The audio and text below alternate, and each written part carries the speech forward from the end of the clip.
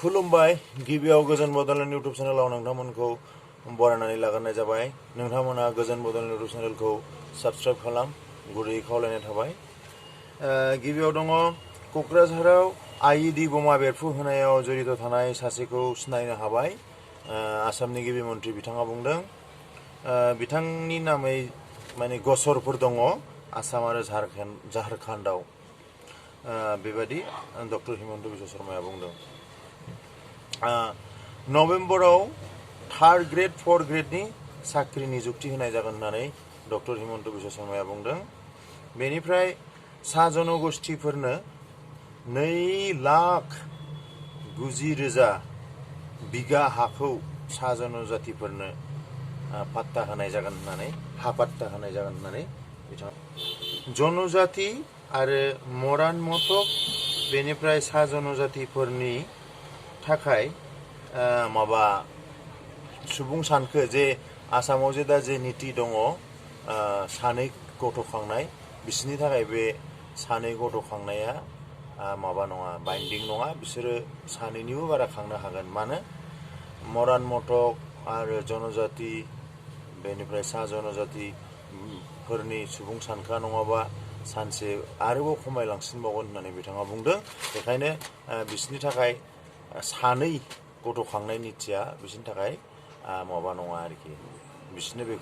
बिसोरखौ बेनि आवथानि बाहेरायाव दोननाय जादों होननानै डक्टर हिमन्त बिश्व शर्माया बुंदों। बेनिफ्राय 6 जनगोष्ठीया जे जनजाति दाबि खालामगासिनो दं, बेनि नभेम्बराव बिधान सभायाव उत्थापन खालामगोन होननानै डक्टर हिमन्त बिश्व शर्माया बुंदों। बेनिफ्राय इजराइलनि प्राइम मिनिस्टार नेतान्याहुआ बुंदों जे इजराइला आमेरिकानि गलाम नङा। बे खोथाखौ बुंदों। इजराइला आमेरिकानि गलाम नङा।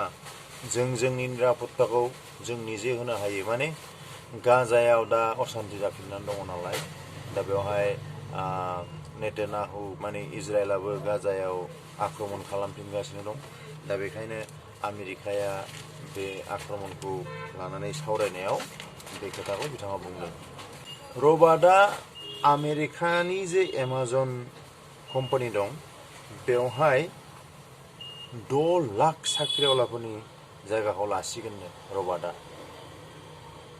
2030 सिमाव 6 लाख साख्रिआवला माने मानसि साख्रि मावग्रा, मानसिया जे साख्रि मावो, दा बे साख्रि मावग्राफोरनि जायगायाव रबार्टआसो खामानि मावसिगोन। 6 लाख साख्रिआवलाफोरनि जे खामानि बेखौ रबार्टआ मावसिगोन। बे खबरा दा ओंखारनानै दङ। रबार्टआ होमबा माबादि मानसि बादि माबादि बा मानसिनिफ्रायसो साबसिन खामानि मावो होननानै रबार्टखौ दा बुंगासिनो दङ जेरावबो। दा बियो साननो गोनां बाथ्रा।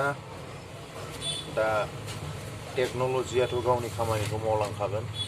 टेक्न'लजिखौथ' जोङो हमथानो हाया। दा टेक्न'लजिया सुबुंनि थाखाय मालाबा थांनानै थानायाव खैफोदबो लाबोगोन नामा, बे मोनसे गोदानै सोंलु रबट टेक्न'लजिनि थाखाय। रादाबा एसेनोसै। गोजोन्थों।